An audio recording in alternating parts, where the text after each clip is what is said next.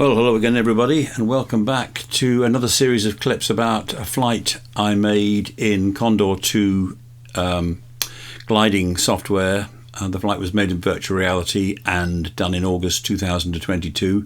And before we start the first clip, I thought it might be interesting just to see if we could track down the real life location that we used for this flight. And I found it. It's a little place called Rininahu in Chile, and you're looking at it here on Google Maps Street View. It's a small little place in a depopulated area, and you'll see in clip 1 that we take off over water, and I wonder at the time whether that's an indented bit of a coastline or whether it's inland water. Turns out it is indeed a large inland lake. We're not too far inland from the Pacific coast, but still substantial really, because it's small is big on a map of South America.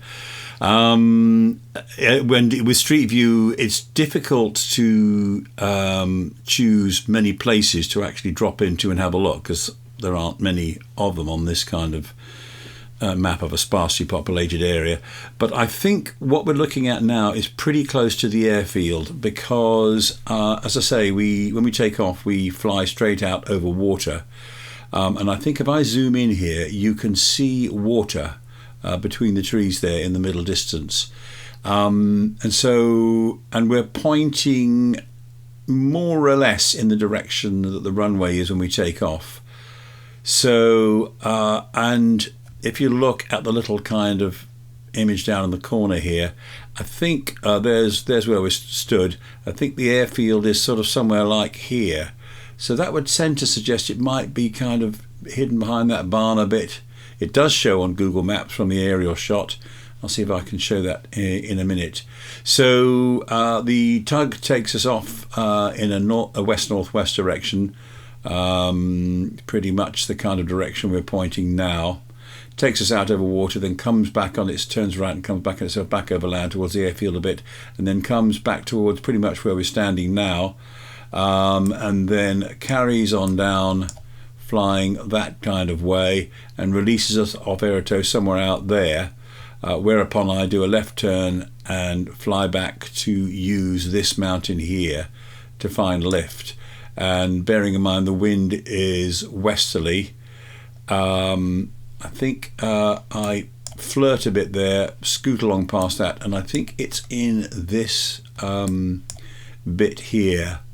It's a bit more of a bowl in there that you can't quite see, I think, but I think that's where I really find the really powerful lift, and you can see the highest bit of this mountain is sort of there as well. So I think I managed to sort of work up to a great height, just taking beats and then excursions out from a slope sort of around here.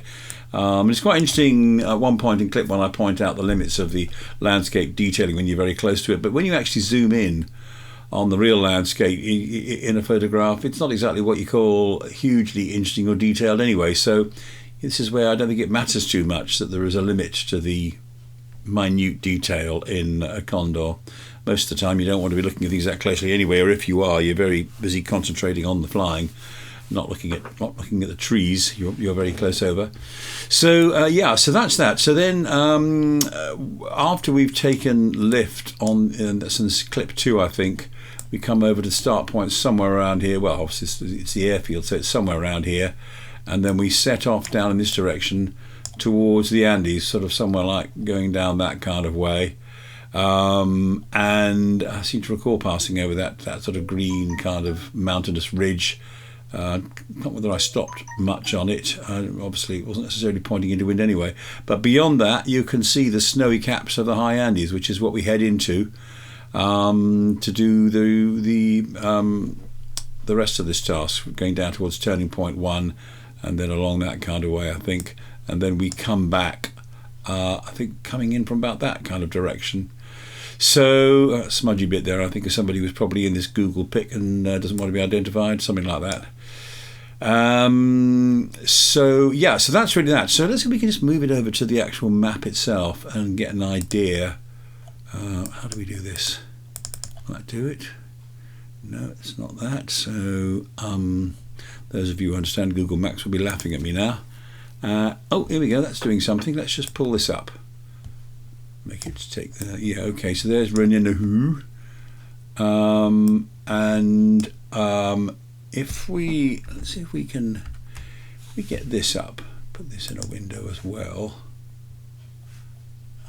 If we can get it to do it, will it behave for me? It's not been very helpful, but there we go. You can see this is the actual splash screen for the video clips. You can see the wind direction. You can see that we head off down this way, then to there, and then back.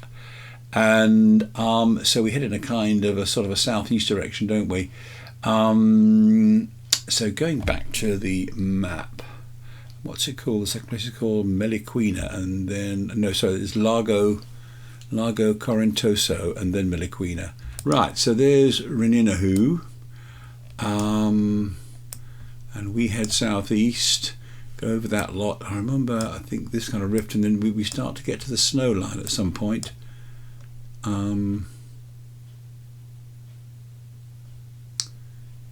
Yeah, yes, I think we head down this way. Yeah, it's starting to look a bit more familiar. So I think we head over this lot, these lakes.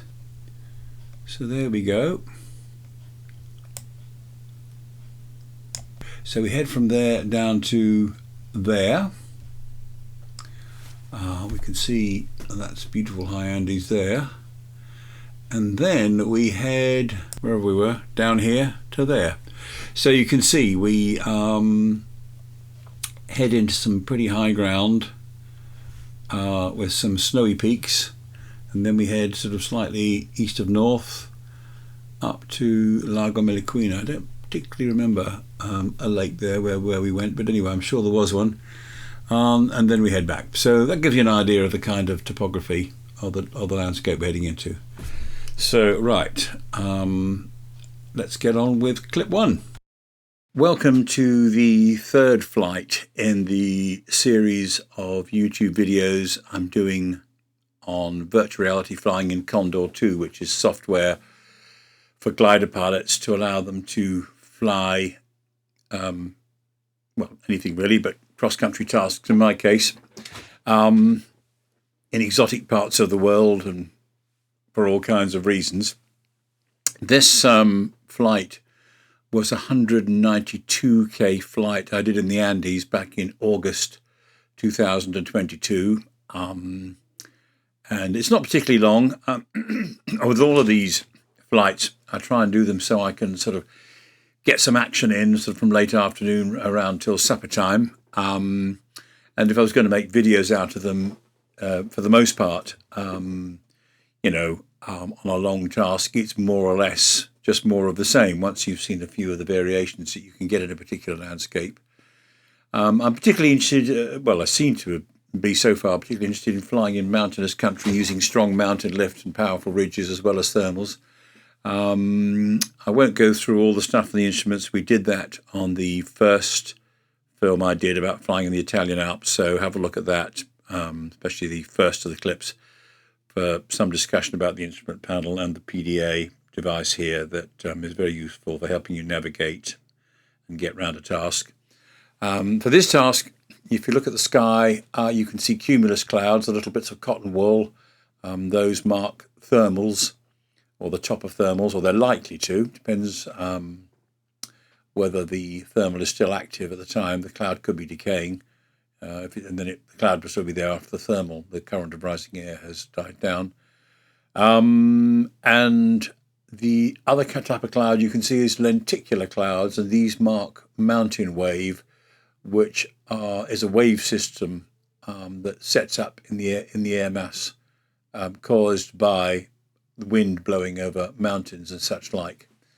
So, and I think this task, I ended up completing at 116 kph, which would be pretty respectable in the UK, but probably flying in powerful mountain lift like this, where you can really crack on without having to turn a circle all the time.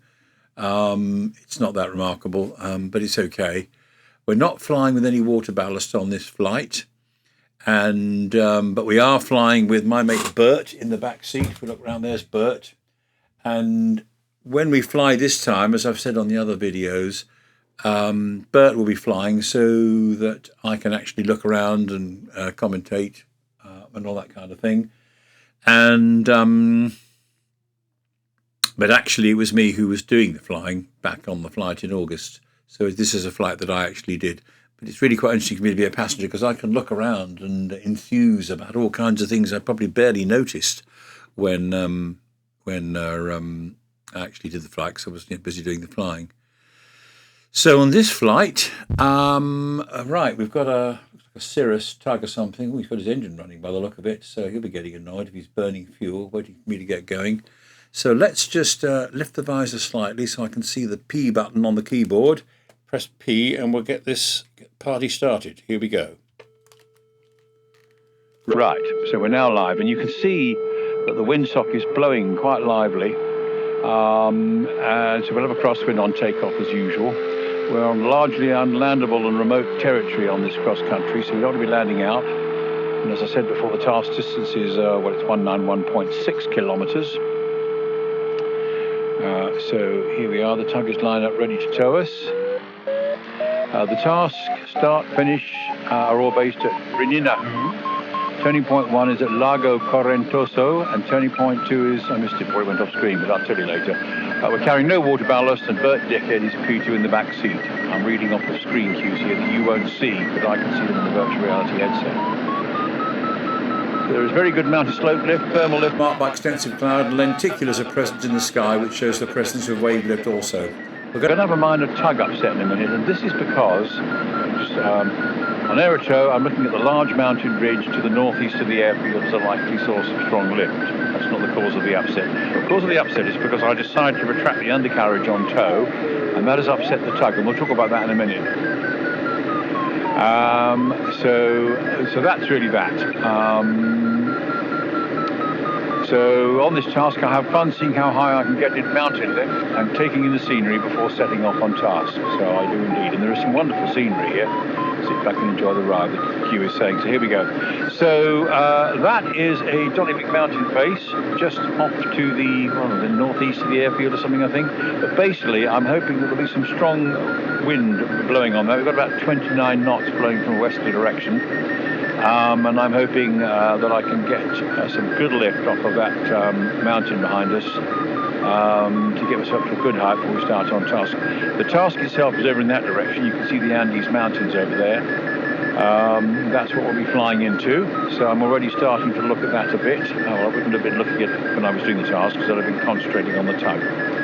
Yeah, just quickly, that tug upset was due to retracting the wheel on aerotow. Now, in real life, when I've flown, I've known some instructors who insist you should be able to do this because if you're a good enough pilot, you should be able to do that without upsetting your joystick control.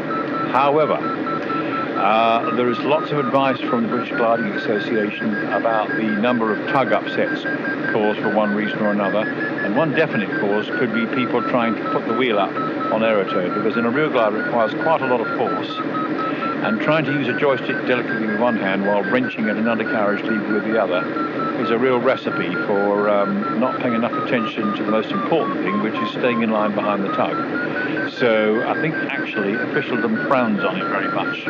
But I do it sometimes in virtual reality just to spice things up a bit.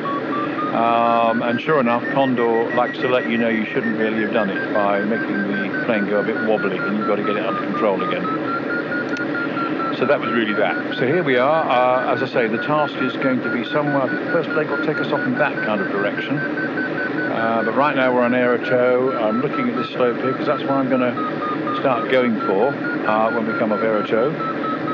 But isn't the scenery something? I think it's fascinating. It's all these mountains they're heavily vegetated, don't they? So we're in a whatever it is, tropical, subtropical climate or something, but a climate where we're below the snow line in these mountains. Okay, that's the end of clip 1. So there's not a lot else to say really. If we look right round, I'm going to on the next clip I will turn left off aerotow, which happens very soon. And I will go round onto this mountain, which isn't all facing into wind. I think that little bit there, just below the port wing, is probably going to catch a little bit of lift. But somehow or other, I've got to creep along that mountain and try and get to where it's near that lake or is it the sea there? I don't know. I need to look at real world geography to know. I think it's probably just a large lake. And round that corner, which you can't see at the moment, I think is where we'll find strong. Well, I know because I've done the flight. Is where we'll find strong lift. But I think I have a bit of fun creeping around these bits as well, just to see how it goes and to see how Condor 2 recreates the airflow. So with that, that is the end of clip 1. Oh, and I'm pleased to say, by the way, as a footnote, that I made the first video just to show a couple of mates who were interested in what I was doing. And rather than keep them on a computer and then send them by WeTransfer or something, because they're big files, video files, I thought, well, I'll put them on YouTube and then they can just see them there as private viewings. But they suggested, why not make them public?